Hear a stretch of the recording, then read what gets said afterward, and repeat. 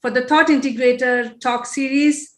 Thought Integrators is an attempt to bring the latest in science technology to you in a language that everybody who is even remotely familiar with science can understand. And the intent is to be able to foresee the future, understand what are the changes that are coming in. Today's session is focused on a very interesting topic, virtual worlds, virtual reality, mixed reality, extended reality, the many worlds. And we have somebody who's an expert in this field, who has a good understanding of this area with us today. Deepak Menon, he's working with Microsoft right now, and he's a product and a general management leader. And he started his education. He got educated as an architect, but then he shifted into other areas, and we want to hear from him. First of all, a very warm welcome to you, Deepak. Lovely to be here. Tell us a little bit about yourself. Who is Deepak Menon? And a little bit about this journey from architect to, product leader. Yeah. Thanks, Reena, first of all, for inviting me. It's a pleasure to be here. So it's a long and winding road, if you have to say. So ever since I can remember, since I was, I think, about 3 or 4 years old, my uncle was... Can't hear me? Can others hear me? Can Aditya hear me? Can someone else hear me? Okay, go ahead. Yeah. Okay, awesome. So, so since I was about 3 or 4 years old, always wanted to be an architect. My uncle was incidentally an architect. So he used to kind of show me his models, and then finally the buildings he used to kind of build. And I was truly fascinated by how spaces influence us while we go through it. Under his eyes when I used to see these new spaces. So that's how I actually got into architecture. So I did a bachelor's and master's in architecture. And then during my master's program, I actually saw this movie called The Matrix. I'm sure some of you have seen it. It's probably relevant to the topic of discussion today as well. Truly transformed me at that point in time.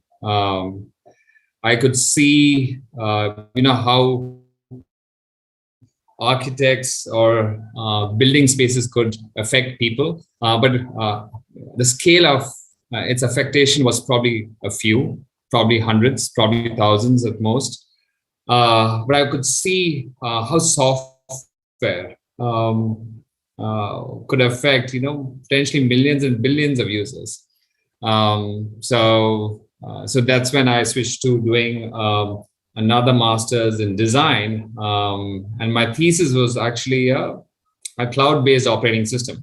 Now I'll tell you how it came up to that. At that point in time, for those who don't know, we used to sit behind these huge cathode ray monitors in our offices, and truly people were feeling disconnected from each other. I mean, if you had to sit across from each other, you were blocked by this cathode ray tube, if you will.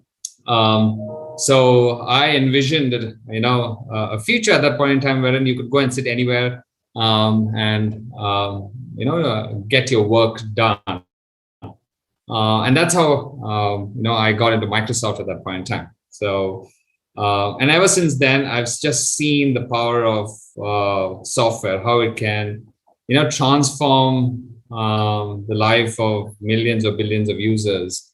It truly alters reality, helps reality become better, right from access to things like communication, to education, to entertainment. You name it, probably every industry. Software is just reshaping the reality of what it is, if you will. And so I came back to India a few years ago, or more than a decade ago, believing in its potential, and was in Google for some time, and then was in Myntra, the chief product officer for some time. And then I'm back here at Microsoft, looking at the cusp of technologies in so many different areas, right from mobile to operating system to alternative realities. So it's lovely to be here. So, and lovely to be kind of shaping realities of billions of people. So yeah. Yeah, you're very welcome. And we're really looking forward to the conversation. I understand that you are also very deeply involved because of the fact that you have a design background, very deeply involved in the different kinds of interfaces for human beings with technology, right? And so tell us a little bit more about that space, when you talk in context of these different technologies that you mentioned. Yeah.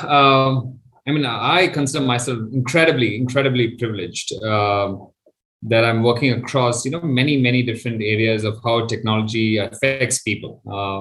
And if I look at it right from large screen devices in terms of, when you're sitting right here, like I am sitting in front of a larger screen device, to when you're on the go on a mobile, to right to, defining communication. I mean, if you look at the last 20 months itself, on a dime, the world shifted, from being in a reality of, people interacting with each other in a spatial context to sitting in front of a screen and, talking to someone who's on the other side of the world almost all the time. You could be sitting in the next room, the next building, or the next, time zone, or all the way across the world. And so how communications has changed, the way we look at people. So even communications, how people access information, both search and the browser. How do we make it, contextual? I mean, if you look at the amount of information that's happening right now, I think every year it increases by an order of magnitude. And how to surface that information to users. Not everybody even knows what to even get to. So I consider, again, myself incredibly privileged that I can be sitting here in India looking across all of these different areas and how it actually touches users in terms of interfaces that don't exist yet, but could exist. But ultimately, enrich their lives so that they can actually achieve more. And I think that way, I truly love the time that we live in, because there's so much scope of what digital transformation has done, and so many areas where technology leaps can be done as well. So yeah. So, what do you think about these alternate realities that are, being set up because in a virtual environment, although they have different names? And just to give context, given the timing of this podcast, seems to be very appropriate for a discussion, because just maybe 19 or 20 hours ago, Facebook announced their Metaverse, different worlds. Right, I opened it up for public to use. So the Metaverse is really upon us in that sense. So how important are these conversations around these alternate realities? How impactful is that going to be for human life? And we'll discuss later as to the nature of the impact. But what is the degree of impact you think this is going to bring? Yeah. So I have a very philosophical point of view. I think reality is defined by our senses, and it's always been up to us to define that reality. So ever since humankind has been there, we have chosen what our reality is. And I think probably the first sense was when language was invented, or language happened, and when you have stories being said and imagination flourishing, right there. You could almost imagine yourself in another reality or in another person's reality when they tell a story. And I think that's only become even more and more evident. I mean, you could say technology started with the printing press, with books being, distributed. When you could read somebody else's book and what their thoughts are, you were transported. Then you had movies as well. And case in point, I see a movie and I got, my reality changed, my course of my life shifted. And I think what's important is I think the pace of technology has just changed. What used to probably take millennia or centuries or decades is now happening in years, probably months even, could happen in days. I think that's what's I find truly exciting. So I mean, if you look at, I grew up playing Super Mario Brothers on Nintendo. I was always transported into that reality when I was actually playing to try and save the Queen. As to play Age of Empires. So I would think gaming almost always has kind of transported us. Actually, I think 3 or 4 different areas where I think realities are almost always determined. I think one is communications, whether the person is in front of you or not.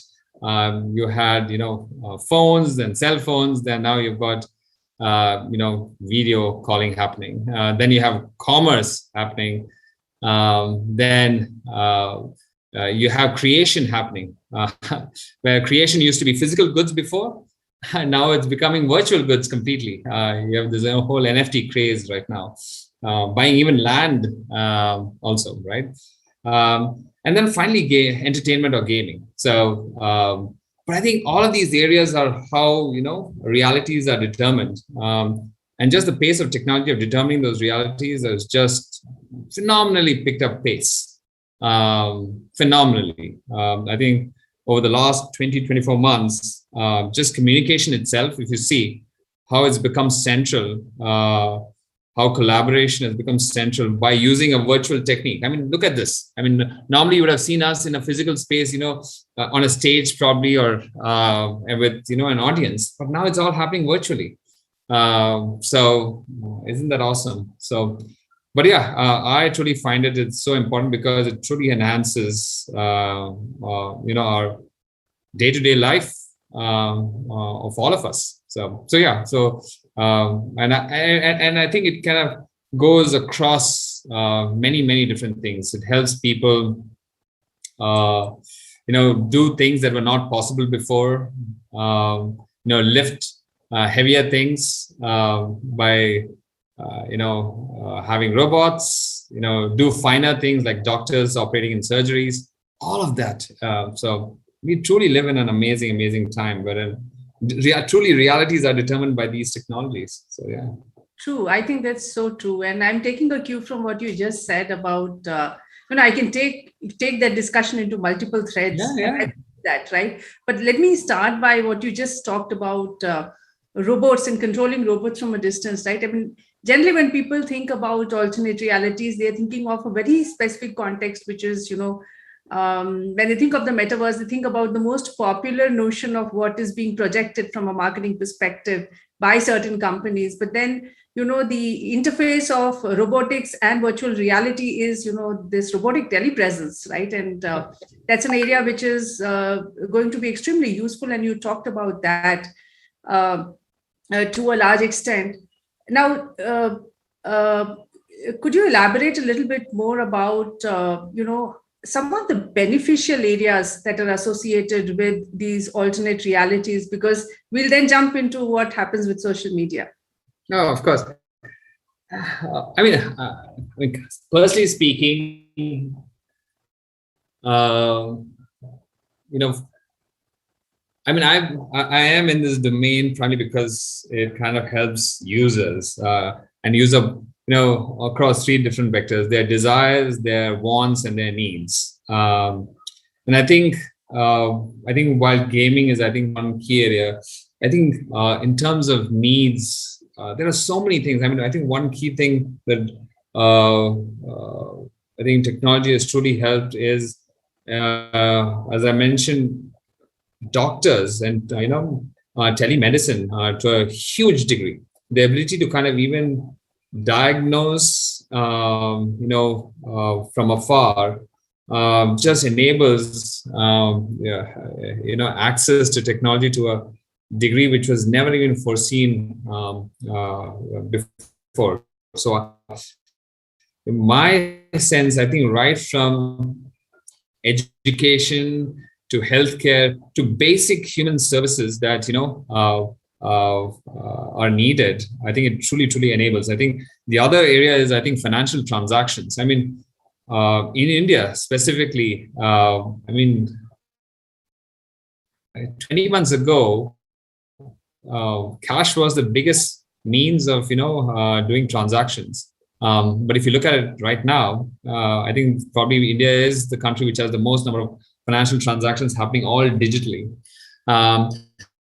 So I mean, when we talk about reality, I think there is the physical reality, but then it also what happens digitally that I think is truly would characterize all of these useful forms wherein the basic necessities or the basic needs are met by technology in digital mediums, in complete digital mediums, almost as a way of defining a new reality for them. What couldn't be possible before is now possible. And that's, in my opinion, is privileging when technology truly becomes a democratizing force across all of us.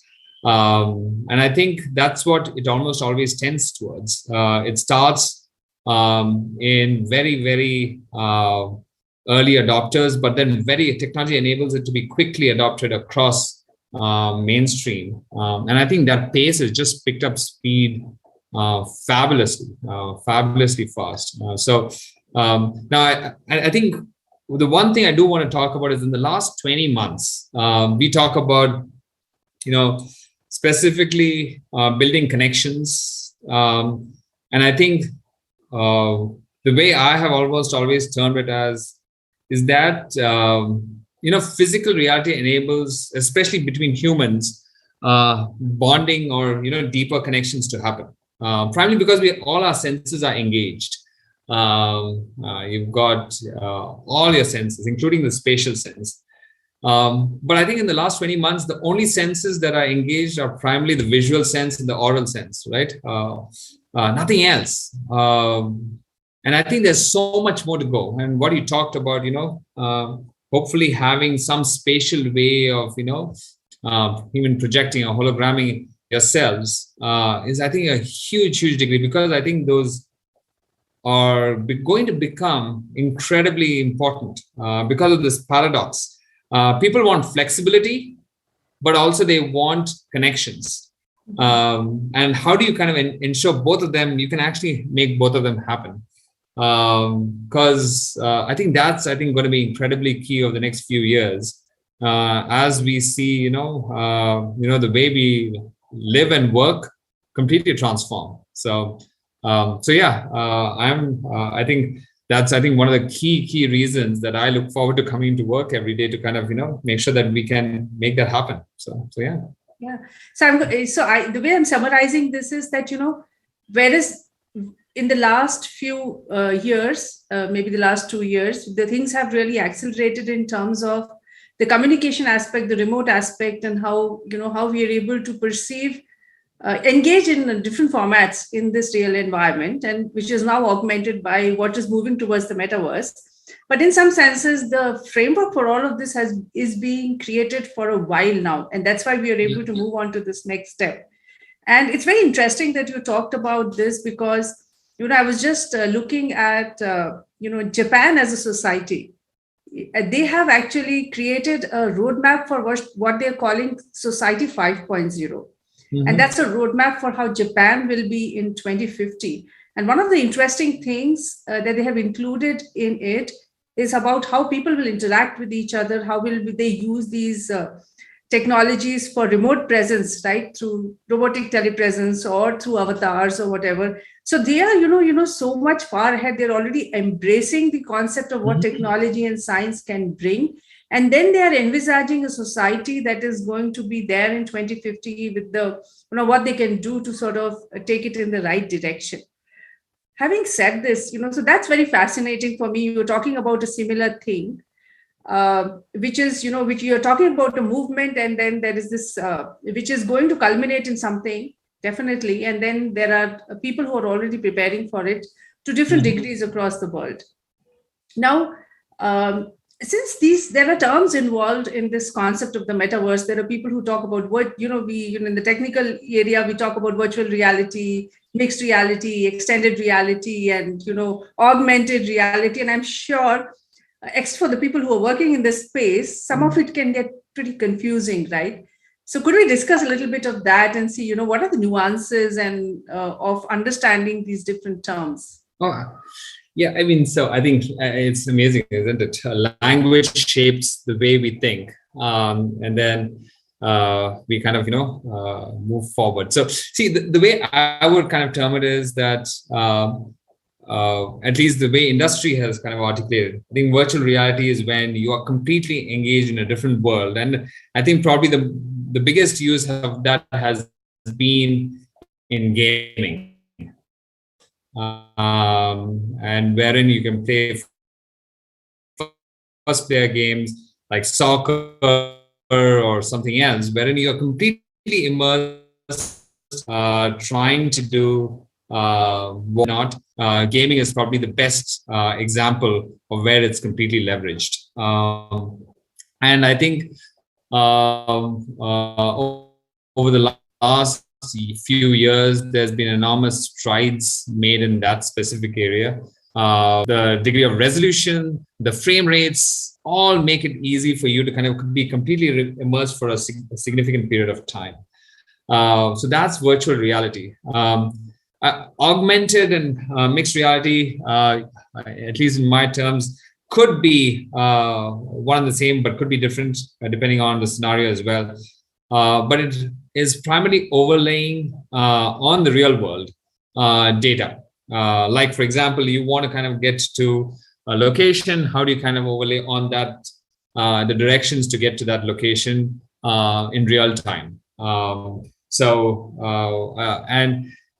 This, especially in the last few years, we have seen some of the applications being primarily in industrial places. Primarily, you want to see there's a leakage in a particular, plant, or you want to see there's an issue happening in a particular car because of certain issues. But primarily, this is using a headset again, but it displays over a real world certain data sets, which allow you to kind of make sure that things are more efficient.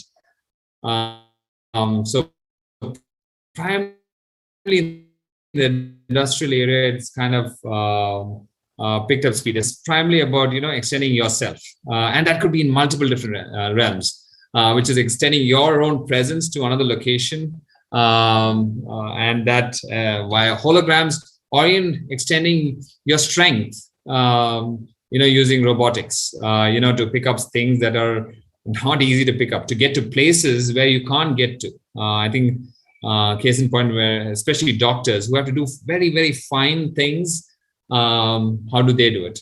But those are, I think, some of the few applications of all these realities. Ultimately, the applications are what makes it happen. The real user needs, wants, and desires. Ultimately, what makes these these things truly worth it. So that's how I would characterize it. But it's all overlapping Venn diagrams, if you will, wherein things can shift from one side to the other depending on who you ask. So yeah. But if we were to simplify it for somebody who's in the industry, but is not necessarily a tech person, right? And if they want to understand how it is going to change their world, could we say that this is, just like an overlay on, elements of overlay on physical reality? Some of it could be completely virtual, of course, and that's easier for people to understand, right? I mean, gaming is understood by people, then virtual websites, right? And all of that is, but it's an overlay of the digital. Oh, absolutely. I mean, I would say it is the reality already. The minute certain things that you cannot do physically yourself, like you can't run, but getting into a car and you're doing it, that itself is extending reality. Because in a car, you can go faster. You're getting information, or instead of a book, you're going on the online web and getting it. So yes, all of it is true, which is just overlaying the physical world with more technology. That's it. That's it.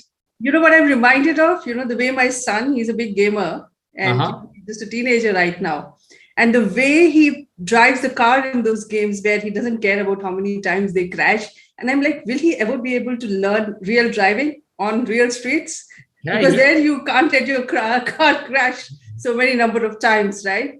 see, But yeah, probably you don't need to drive anymore because automated driving is coming soon down the road. So hey, you don't need to even drive. So safety again is such a huge thing, right? So I think, and that's I think when things around safety are taken care by technology automatically, isn't that awesome? You don't have to worry about that. Then it's primarily about engaging the human mind in creativity, which isn't that awesome? So you don't have to worry about the basics. You're worrying about, or you're thinking about, not even worrying, you're thinking about how to be more creative. So yeah. sure. So, we talked about these virtual worlds, and that brings to mind some of the virtual worlds that exist on the cloud today, right? So, for example, Second Life has been around for a while. It probably was ahead of its time, and it started off at a time where there were no other virtual worlds, and people didn't really understand what it's going to be about. And now suddenly there is a plethora of different kinds of environments that are available for people. Now, you and I understand what is Second Life and what is a virtual world. But for the benefit of the audience that is listening right now and will be listening later, can we just break it up a little bit in our conversation around, what is a virtual world? Like Second Life or any other? Yeah. So this, what is it called?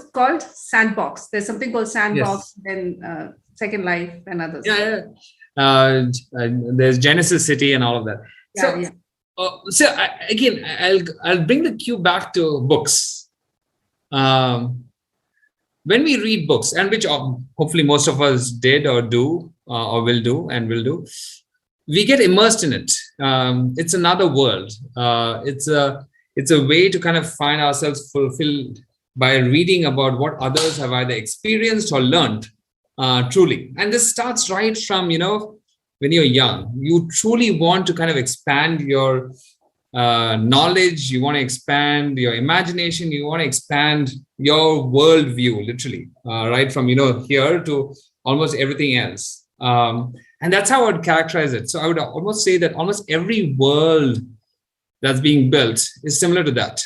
Can I give the example of Harry Potter, right? Yes. J.K. Rowling actually creates a different world in that series, right? Exactly. Yes. And that's exactly it, which is the ability to now live in that world and create that world and help create that world is, I think, is what's, I think, gaining a lot of steam in the last few years. I think when Second Life came along, I think both the tooling as well as the infrastructure was not necessarily there yet in terms of bandwidth, in terms of a number of different things, right? You just have to be at the right place at the right time with a lot of number of different things coming together. And I think that's what has happened over the last few years. I think Roblox, Fortnite, Minecraft, a number of different, worlds have been created wherein some centralized, most of them centralized that were popular already. I think Meta has also created one recently. So, but the centralized world has, organizations creating worlds wherein people can create their own things have started picking up steam in the last decade, I would say. But again, to simplify it, it's all about, being transported into another book, if you will. And then being able to create your own story over there. And that's what's happening, which is almost all of us. We find our energy in creation, right? In creation of, new things. And that's, I think, what this is truly unleashed, which is the ability to now create. You can almost create life, literally create life, right? And that's, I think, what's amazing. So what's happened is over the last decades, organizations have started creating, and now with decentralization of worlds. That's what's happening. And I think what Reena, you referred to, I think, Sandbox, there's, Genesis City, there are many different decentralized worlds wherein people can now create how the world itself is shaped, almost in a democratic way, instead of, organizations, controlling it. It is the democracy of all of the people who are building that world that can, do it. So I think the future again is amazing. I think there will be many different worlds, like there are many different books. Few of us can choose to be in many of these different worlds. Few of us will choose to be in a single world. And I think that's how, I think, again, who's to say foretell the future? But that's how I think it'll evolve. And I think it's going to be interesting because I think physics will also change, because right here in this world, there are physics that we are bound by. In other worlds, there won't be physics. We can even be, creating the physics there, almost like the Matrix, as I would say it. So yeah. But yeah, these are just interesting thoughts. That's a very interesting thought. And that reminds me that, a few years ago, I think a couple of years ago, or maybe a little bit more, there was this interview that Elon Musk was giving in UAE. I think it was in Dubai. And somebody asked him if, what does he think about life? And the answer he gave was very interesting. He said that something to this effect, that, as I'm growing older, I'm finding this question more and more confusing. And when he was asked why, he said, because as I see technology, growing around me, and especially with the way the gaming infrastructure and virtual reality is picking up pace, he said that even if we assume a very slow rate of progress in this, there will come a time where it will be very difficult to distinguish between that virtual reality and a real world in terms of the quality of the projection. Yeah. Right. And so he's saying that makes me wonder, what is the guarantee that we're not already living in a projection, like in a simulated world, right? And that bothers me. That's what he said. And, while it may seem like a philosophical question, if you are working in technology, you cannot help but wonder whether that's really true. Are we living in a simulation? Or could we be, living in a simulation without realizing it? We are all characters. And see, it all comes back to the Matrix. By a superior programmer. Yeah, it all comes back to the Matrix completely. So, see, I think what you say is true. Do you think and I think that in a simulation? Yes, we could be, and I think that's what we could be. We could be. See, again, ultimately, the physics of frame rates is, I think, so important. I mean, and we talked about, the clarity of what we see right now. It's only improving. We've got, we had 480p or then 720p and then 1080, and then it's now 4K and 8K. And so the clarity is just mind-boggling right now. And there will soon come a time wherein even the TVs are so real, right? And imagine the projection if it is actually on your headset. And that's why I believe the senses that we have, if we truly cater to all of them, that's why all of them, not one or two of them. Right now, I think there are two senses that are completely dominant, the visual sense and the oral sense. But I think the other senses are also incredibly important, because those nuances are the ones that kind of help us distinguish between what we believe is reality and not right now. And I think that's happening already. Haptics is playing a huge role already in many different places. Not so much smell yet. So again, the way I would kind of put this is that I think there is still a ways to go in terms of certain senses not being looked at that closely yet. I think the visual sense very, very closely. I think with Clubhouse, I think there is some innovations that are happening there in terms of spatial settings as well, of oral communication and things like that. But I think if all the senses are completely engaged, all of them together, that's when I think we will have that truly that question to answer, wherein, oh, are we in a simulated reality or are we not? When all the senses are truly engaged. And I think we are getting there. And I think it ultimately depends upon, again, whether we are able to build that connection with people. I think that's incredibly important. That connection is, to build that connection is what I think will drive us to kind of ensure that we engage all the senses. Because I think that's incredibly important. I know there is a research that's been done somewhere wherein the smell of somebody actually is far more determinant of whether you like the person or not than probably any other sense.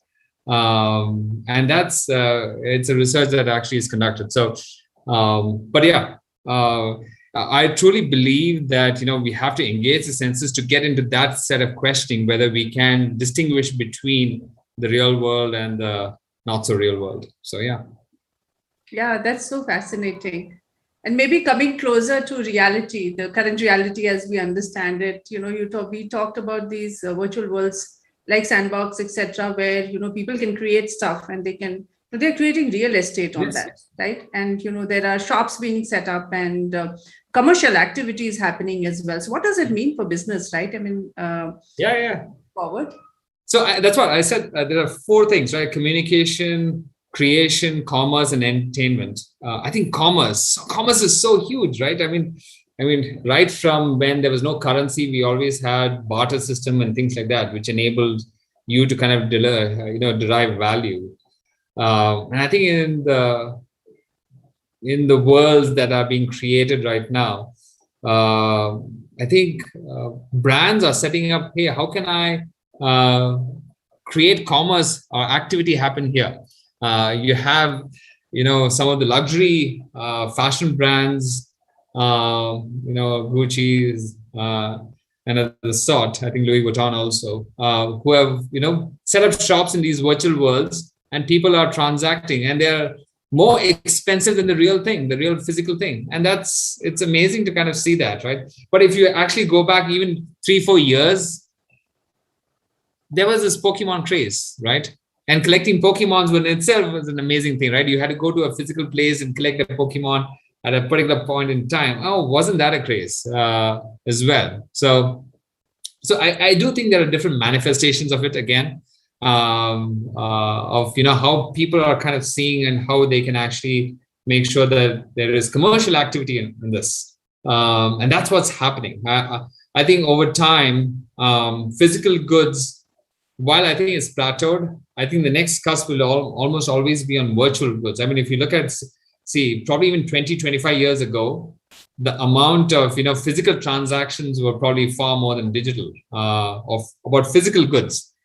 Now you have movies being streamed live. You have subscriptions. Instead of magazines, you're doing it all online. You have music instead of CDs. It's all digital stuff. So almost everything is going digital. So physical things that were physical before could become digital. Could. So depending on what kind you're talking about. So yeah. It could also be the mix of traditional versus digital. For example, in these virtual worlds, one could be selling something which actually maps to a physical entity reaching someone. Yeah. It's a way of saying, generation, the millennials are spending 80% of their time online. Might as well catch them there, right, on these virtual worlds and sell stuff to them, isn't it? Absolutely. I mean, and I think it's always happened. I think what we are seeing is the delta increase of activity that's happened, and people now actually believing that could be the future. That could be a significant part of the future. So I think there is a lot of land grabbing that's happening right now. All of that as well, right? Literally land grabbing, as in buying land which is truly expensive. That's happening in prime locations. So who's to say? Probably we all want to be in the virtual world when all our senses are all engaged, and then things could be different. So yeah. Actually, I had a startup which is in the fashion business contact me just today, saying that, after your podcast, can we have a discussion on how we could leverage the metaverse? So people are actually thinking about. Absolutely. Because it's a significant part of all our futures. So I think there is that, notion of, toe dipping to, land grabbing. I think all of that is happening. And I think it's just interesting how it'll all play out. But ultimately, I think one of the key things is doesn't map to a user's desires, wants, or needs. We have to kind of make sure that, okay, how does it map to that and see in that framework? So yeah. So having said that, now we've been talking about really positively about this whole metaverse thing till now. And like every technology, there are goods and bad things associated and ugly things associated as well, right? So the good, bad, and the ugly, right? Let's focus a little bit on the bad and the ugly side of what this could mean, right, for people. And that's where, the reason for discussing all of this on my podcast is it's just a framework for people to understand that a lot of power is in their hands as to how they use technology. And of course, there's so much good that comes out of technological progress. But then what is it that people need to watch out for? So one of the areas, today, if you look at social media, addiction is a big problem. It's also a major cause for depression amongst youth, especially, right? And while there are no concrete studies linking directly to conclusive studies linking this to suicide rates, but there's a lot of correlated data which says, that this, because everybody is projecting such a positive image in social media, that the real life is really hidden in the background, because everybody's life is a mixture of everything, right? But and then that comparison thing is leaving these, especially the younger kids, very, very susceptible to various kinds of issues, right? Now that you were only seeing this with the visual and the text, right? If you look at social media today, it's visual, text, and then of course there's audio. And of course, if you extend a little bit, you can have video as well. Now you take it into the pure metaverse format where you have your own avatars as you engage with other people on those social media platforms. What do you think can go wrong? Much more than what's happening right now. Yeah, and I think it's a very, very interesting point. And I mean, there's been, I think, a Netflix movie also on this. But I think the fundamental issue is this, which is monetarily speaking, when there's an economic incentive to, make certain people meet each other more than others, push certain products more than others, it almost always becomes a tricky issue. Especially because it's a monetary thing, right? You almost always want to, make addiction almost a virtuous thing. Because if you're addicted, you're in it. And then if you're in it, you keep either buying or, contributing more back to the system. So I think that's the key thing, which is whenever there's economic incentive, we have to be very, very careful, because there is immense pressure to kind of make use of the individual rather than make sure that it is benefiting the individual. And I think that's the issue, right? When taken too far, it leads to emotional issues at an individual level. And because society that way is a collection of individuals coming together, if the individual is not in a great state, if individuals together are not in a good state, the society itself could, could decay. Again, it's a pretty dystopian view of what could happen, based on that economic incentive being the only thing that matters. So for me, I think that's the key thing. How do you ensure that the economic incentive is aligned with the user's needs and wants and desires more than probably anything else? I think that alignment ought to be done. And I think at that point in time, that's why it's essential that organizations and governments and nonprofits hopefully work together to kind of make that happen. And that's what technology is moving at such a fast pace, that it's important to have benevolent, organizations, benevolent leaders, having those discussions to make sure that, we're doing the right thing for society as a whole, because technology is determining it as well. I think that's one aspect where an economic incentive is an issue. I think this other one is technology has also, progressed so much that a single bad actor could potentially do a lot of damage. One single bad actor. I mean, if you look back over time, probably even to the last century, you needed armies. You needed lots of individuals to actually, do not so good things. You truly needed. Yes, leaders could make a difference, but I mean, you need to kind of galvanize others to kind of make things happen. But now we are in a stage wherein a single bad actor with no one's support can inflict a lot of damage. And this could go across, infrastructure at its very, very base, provision of electricity, food, water. I mean, if you kind of, at districts, city, or country levels, you can inflict damage on those set of things. It's not even financial systems as a whole. So that's the second one, which is a single bad actor now could have so much power that they could inflict so much damage. So those are the two big things I see as, the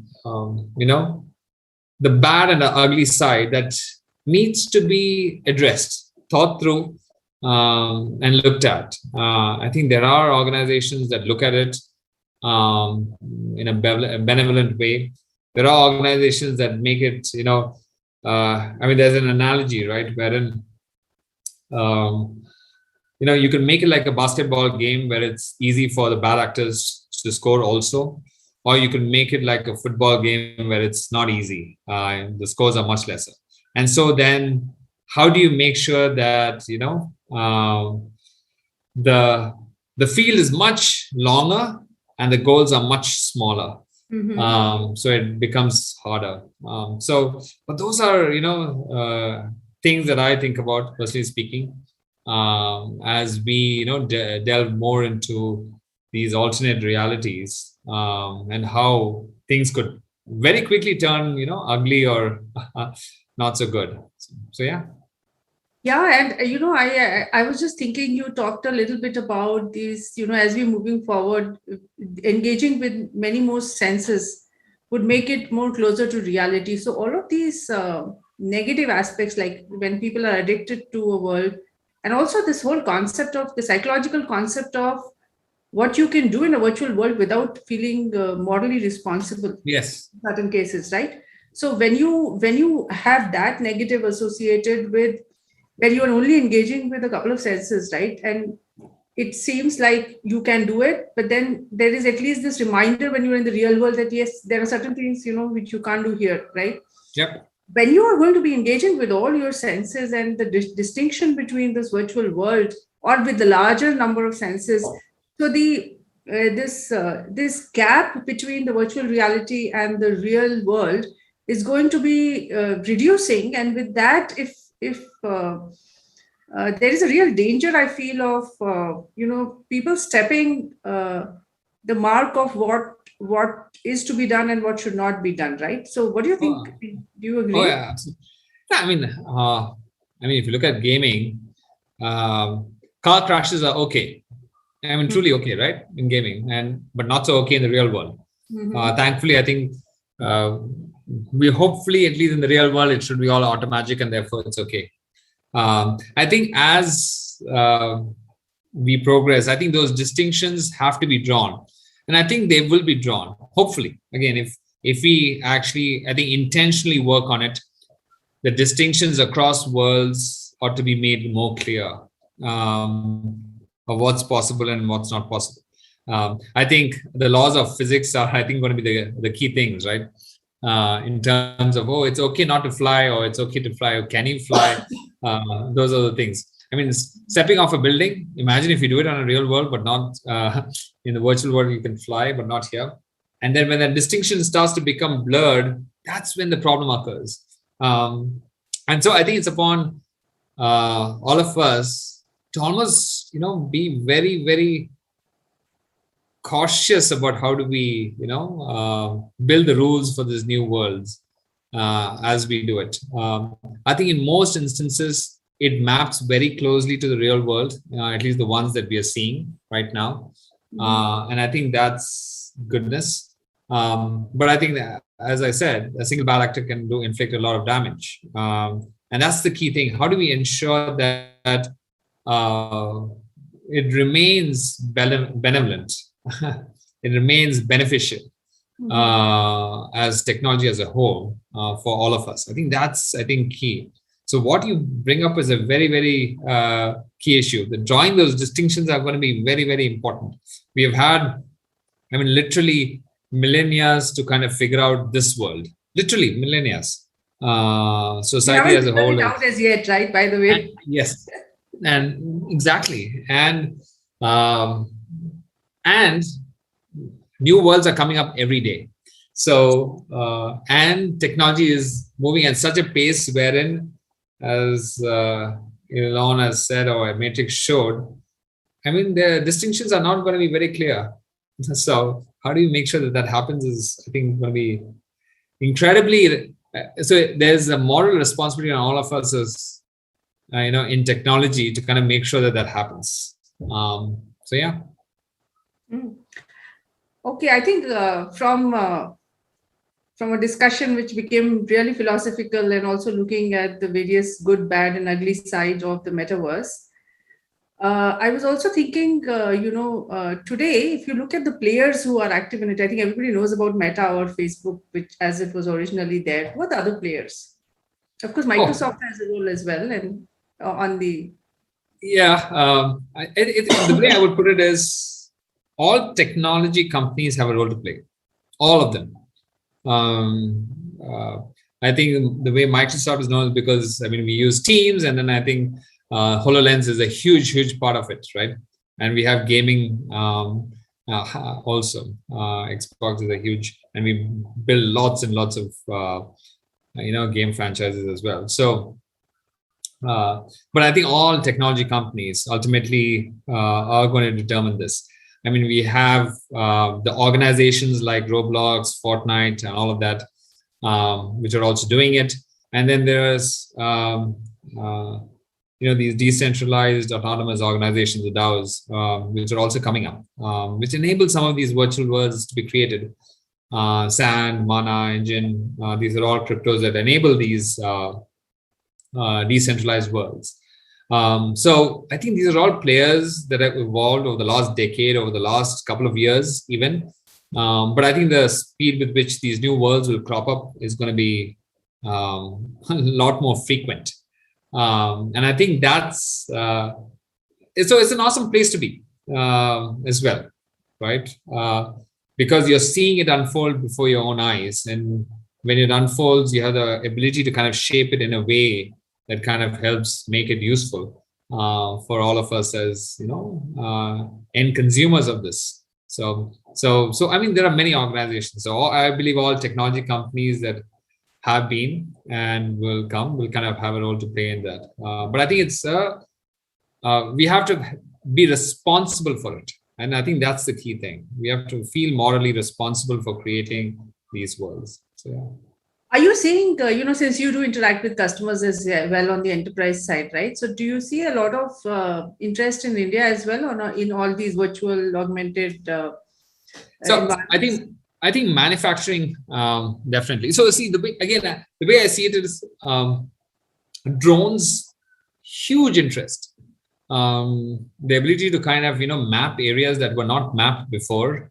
That's already happening at a level that is amazing. So yes, absolutely. And I think personally speaking, I am truly bullish on India. Truly bullish on India. It's a democracy, and we've got the most number of folks who are in the 20 to 40 bracket as well in the world. And if you look at the pace of how technology has changed, even the last 3-4 years, I mean, payments is my poster child there. I think from a cash only to a digital mostly world, we have moved again on a dime. I think we process the most number of financial transactions in the world as well. So I am truly bullish on India. I mean, if you look at some of the DAOs being created in India, I think that itself is amazing to kind of see. So if I had to kind of outline it, I believe that India will be at the helm of some of the technology companies that are going to be created in this space. We already have a few gaming companies that are doing really well. And so yeah, I'm truly bullish on what India has to offer, both in terms of consumption as well as production of this software. So on both sides, I think it's an amazing time to be in here in India. Yeah, I think India has always had a very strong software developer base, right? And very talented. So yeah, I'm with you on that very much. I think that sort of brings us towards the end of our discussion. I was just, if you noticed me looking the other side, I'm trying to see if there were any questions that needed to be addressed. I don't think there's anything. Usually people continue to view such live streams much later. So if there's anything, we'll probably share it with you. Absolutely. It has been such a lovely discussion. We, sort of went all over the place. But I think that was required to sort of address this whole view of what it means. And I'm hoping people are able to understand, even if you're not from the tech industry, you're able to understand the breadth of what the term metaverse signifies and the kind of technologies that are going to be associated with it. And there's a lot of good stuff that can come with it, especially when you're looking at solutions that impact end users in ways where their requirements are being met. And of course, there are challenges on how addiction or, not understanding the difference between the real world, the psychological impact of what being totally immersed in a virtual world could imply for people. But then that power of what needs to be done is in the hands of the people themselves. Please do reach out with any questions, any follow-up. If you send enough follow-up questions and this topic is of interest to you, maybe we'll have a follow-up session as well, right? So thank you so much, Deepak. It has been an absolute pleasure discussing with you on this topic and a lot of really useful insights. Thank you so much. Thank you. Lovely being here and lovely talking to you, Reena. Yeah, take care. Bye. Bye.